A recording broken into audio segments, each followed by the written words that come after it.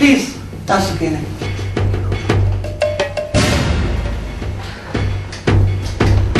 आगोस्ट ता तासु क्लेशे डॉक्टर साहब जुपदी खबर पो न शो ما خو गाड़ी یو سایت ته چلولو او بالکل میټیک چلولو بس مخامخ نیو ټرک راغی او لیلا چخه په بیوشه شو د لیلا په جون کې مخکې یو حادثه شوې وه یو مین کار اکسیډنټ یس هغه ته نه پورې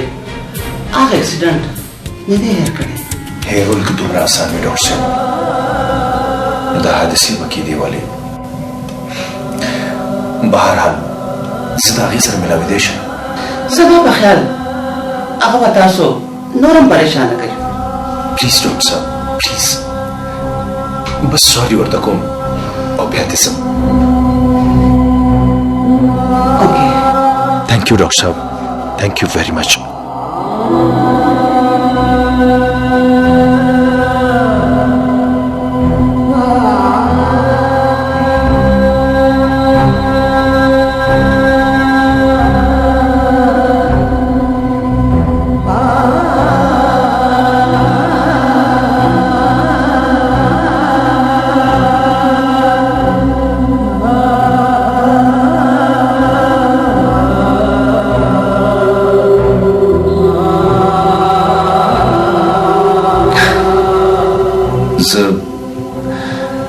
ستاسو په ذاتي ژوند کې د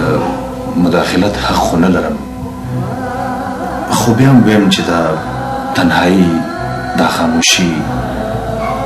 دا ژوند سره دومره غټه بې وفایي څه خبره نه ده پلیز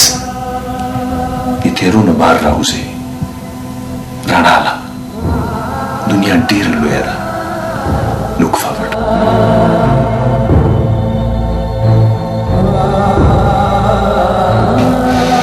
خیر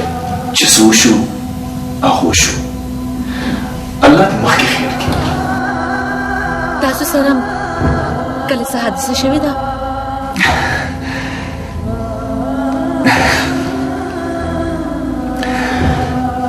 عجیبه اتفاق دی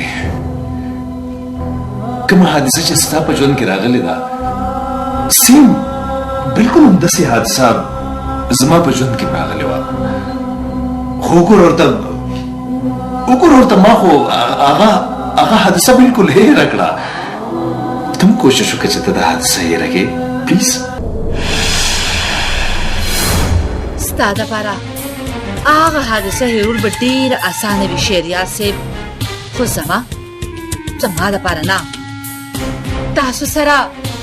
ستاسو څوک دوست هم و کوم چې ډېر زیات زخمي شوی و او تاسو هم د مرګ سره لوبې کولې او تاسو هغه حادثه هېره کړه زه نفرت کوم ستاسو غوندو خلکو نه چانه چې خپل تېر شوی وخت هېر شي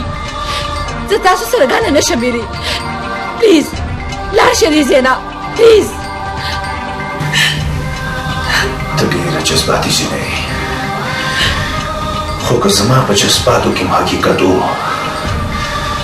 نو زه تا سره دا وعده کوم چې ته به زما شوله ضرور راځې دا زما تا ته چیلنج دی ته به ضرور راځې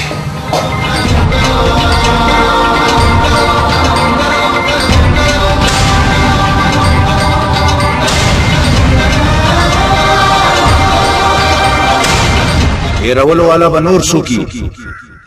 که تا ما سره وعدو نه کو دې غر نه به ځان ووځم ਵੇਖੀਆਂ ਤੋਂ ਭੁੱਲ ਹੋਈ ਪਿਆਰ ਕਰ ਬੈਠੀਆਂ ਵੇਖੀਆਂ ਤੋਂ ਭੁੱਲ ਹੋਈ ਪਿਆਰ ਕਰ ਬੈਠੀਆਂ ਧੋਖੇ ਮਾਰਾ ਤੇਰਾ